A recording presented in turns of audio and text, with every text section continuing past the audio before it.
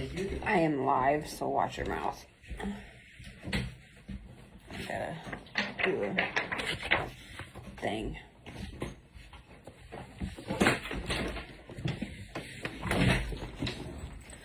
Hi everybody, I'm just waiting to see if anybody hops on. If not, I'm going to get started talking about the Phoenix. I'm a little bit early on my live, but I figured I wanted to get it done and out of the way because I have some things that I need to take care of this evening.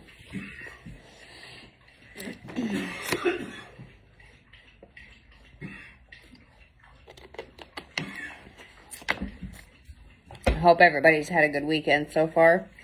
3-day weekend for me. Don't have to work tomorrow, and I get a paid holiday. So I'm excited about that.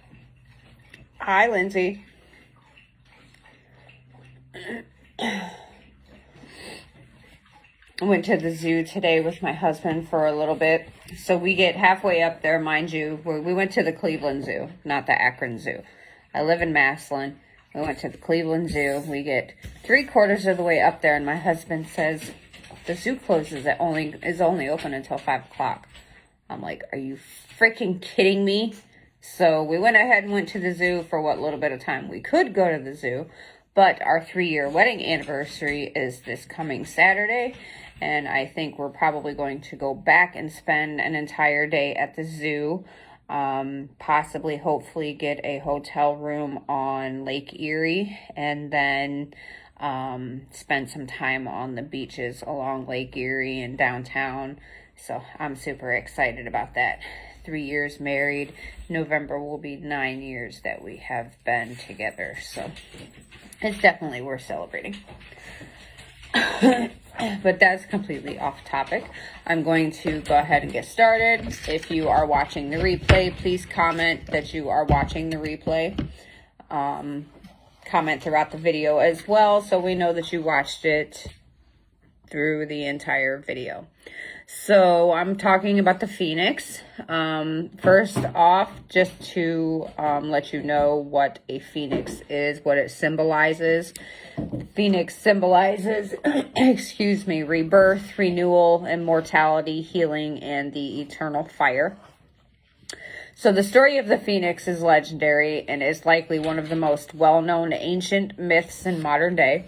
The legend is famous for the many elements it is said to concern: life and death, creation and destruction. Even time itself is tied with the tale of the Phoenix. The Phoenix was known to be a majestic bird-like creature that lived in paradise. The Phoenix, like all other creatures who live in paradise, was known to live a good life. It is a land of unimaginable perfection. If I have barbecue sauce on my face, I'm sorry. We also went to Rib Fest today, and the ribs, I haven't eaten anything like that in so long, and the ribs were freaking delicious. My husband had to take the last of them away from me because I was going to eat them all. It was a land of unimaginable perfection and beauty, and was said to exist somewhere beyond the brilliance of the sun. However, in time, the bird began to feel the effects of its age. So after 1,000 years, it passed, and it was ready to move on. As the Phoenix was known to live in paradise, it was also known that it could never truly die. Lilith.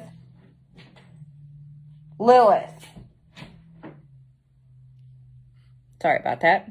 However, it was possible for the creature to be reborn. As such, this is what happened in order for the creature to be born again. First, the Phoenix flew west into the mortal world. It was necessary to come to leave paradise and enter our world so that the creature could be reborn. It flew west until it reached the spice groves that grew in Arabia. It stopped there to collect only the finest herbs and spices, especially cinnamon, before continuing its journey to Phoenicia, which was likely named after the Phoenix. Once the Phoenix reached Phoenicia, it built a nest of the herbs and spices it had gathered and waited for the sun to rise. The next morning, when the sun god began to drag his chariot across the sky, the phoenix would turn east to face him as the sun rose above the horizon. This is a good visualization to have.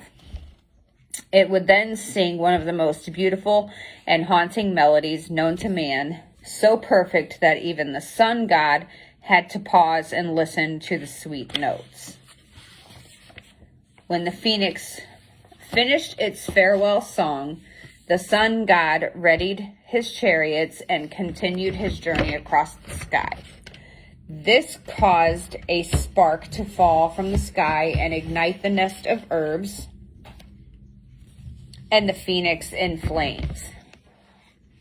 All that was left was a tiny worm. This, however, was not the end of the cycle. After 3 days, a new phoenix would rise from the ashes, supposedly transformed from the worm, and begin the next cycle of 1,000 years. It would carry the remaining ashes of its parent to the great Heliopolis and then return to paradise until its cycle came to an end. So, as always, the question, is the phoenix real? While the phoenix is not an actual species, sorry, I don't know why I disconnected there.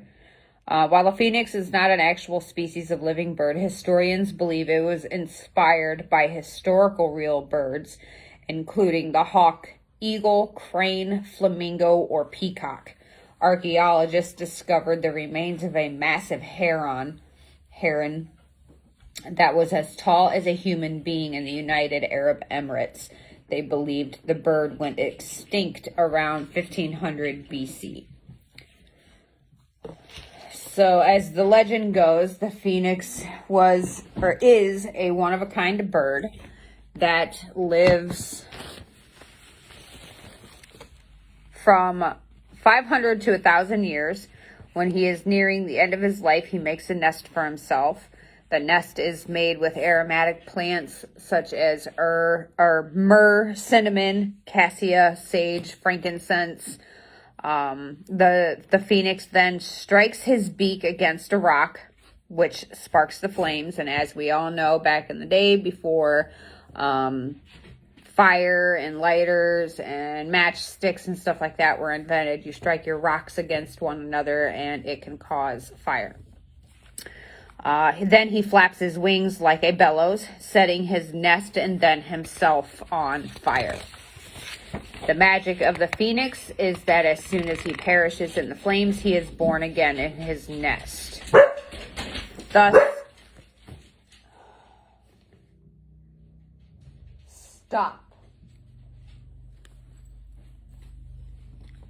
as the saying goes, the phoenix rises from the ashes. He then collects the ashes, rolling them into an egg wrapped in myrrh. Next, he flies to Heliopolis, Egypt, and delivers the egg to the temple of the sun, which honors the solar god, the sun god Ra. According to the legend, the phoenix possesses so much power that his tears heal anything they touch, and his ashes can bring the dead to life. The phoenix used to roam the earth just like any other bird, but one day the sun god laid his eyes on this magnificent, colorful bird with its gold tail feathers and red rufage. He could not believe his beauty. The sun god came down to see the bird closer. As he got close, the phoenix felt charmed by the sun god and began to sing his beautiful melody. Realizing that the phoenix was one of the most beautiful birds with a beautiful voice, the sun god decided to allow this bird to live forever. Although the phoenix loved spending time with the sun god and singing beautiful songs to him, his bones were not meant to last forever. After 5 decades, he began to fly slower, and his song was a little more haggard. The sun god had mercy on the bird and told him to build a nest of cinnamon bark and myrrh. After the aging phoenix built his nest, he laid down. The sun god shone his bright light on the bird as he was resting, and the phoenix burst into flames. In its place was an egg. The egg began to hatch as the fire was extinguished. Out came a baby phoenix, precisely like the one before. Every 500 to 1,000 years, as the phoenix begins to feel his bones deteriorate, He builds his nest of cinnamon and myrrh to have the sun god have mercy on him time and time again. The phoenix as a spirit animal is a powerful archetype for new beginnings, self-regeneration, and healing. You may already feel a strong connection to this mythical bird, or one may suddenly appear in your life in art, literature, or some other medium. Either way, the phoenix is always an auspicious sign for healing and renewal in an area of your life. The phoenix symbolizes the eternal flame, which can mean faith, will, or passion in your life.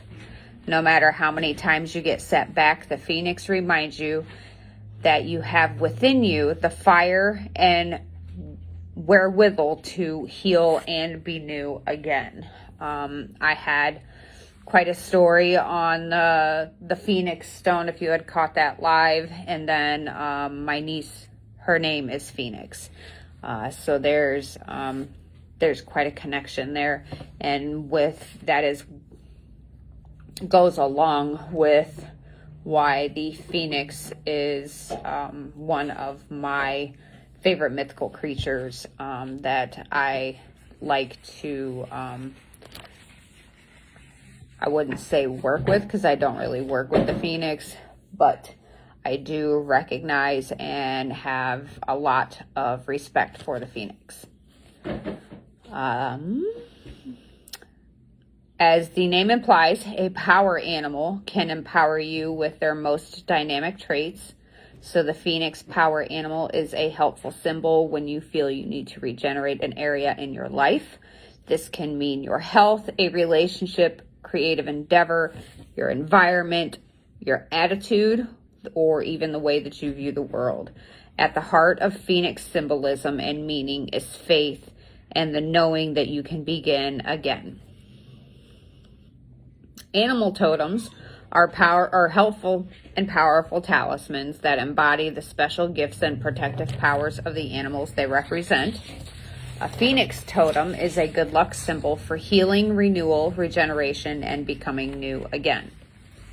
That is actually going to be one of my next tattoos, is a phoenix, and I think I want to have it covering my back. It's going to be a fairly large piece. I have risen from the ashes time and time again. And I definitely want that symbolized on my back, as well as for my niece. So if you have dreams of the phoenix, you are considered to be lucky. While many of us have animal dreams, few of us dream of mythical creatures. Dream meanings and interpretations are personal to every individual. One thing we all have in common is that our subconscious emotions don't lie to us.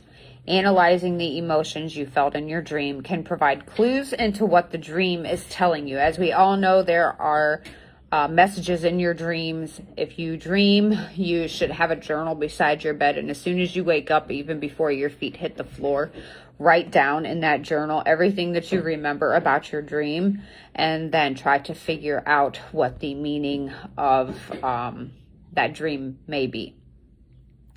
While you can interpret dreams about animals in any number of ways, as a mythical animal, the phoenix has very specific meanings. In general, you can view a dream about a phoenix as an opportunity for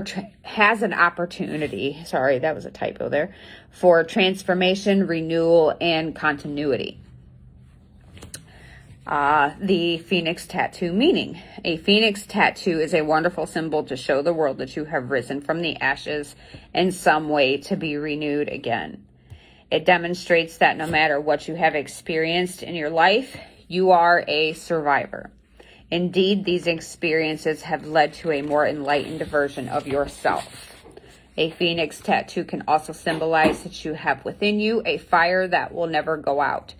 The eternal fire can be related to your faith, your love for another, or even a renewed love and respect for yourself. It can also symbolize your dedication to a cause, your craft, or other enterprise. Every tattoo has a personal story behind it, but hopefully understanding more about Phoenix mythology and symbolism can bring even deeper meanings to your tattoo. So that is what I have for you guys in regards to the Phoenix. I did not find a whole lot of literature out there about the Phoenix. It's one that, as a matter of fact, I have this book that if you are at all interested in learning about the mythical creatures and mythical beasts, this has the mermaid, unicorn, wild man, gnome, werewolf, troll, fairy, jackalope, winged horse, centaur, minotaur, dragon, phoenix, and nymph in it.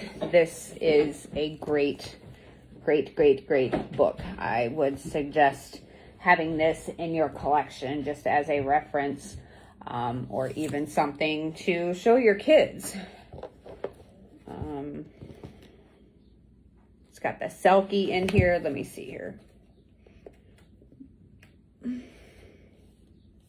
Unicorn, mermaid, wild man, gnome, werewolf, troll, fairy, jackalope, winged horse, centaur, minotaur, vampire, dragon, sea monster, goblin, phoenix, sphinx, harpy, cyclops, banshee, incubus, nymph, ghoul, selkie, and the kelpie. So this, it's a great book. I have thoroughly enjoyed looking through and reading the different chapters in here. Let me see.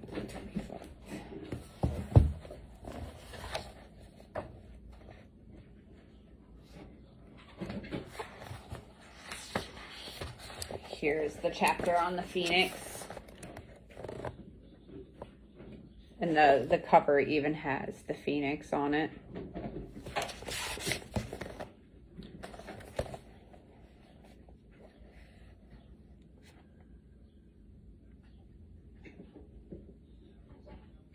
It says, like other members of the genus, the male is more vibrant and has the magnificent eye-patterned tail, kind of like a peacock. You can see the look of the eyes inside of the tail feathers there.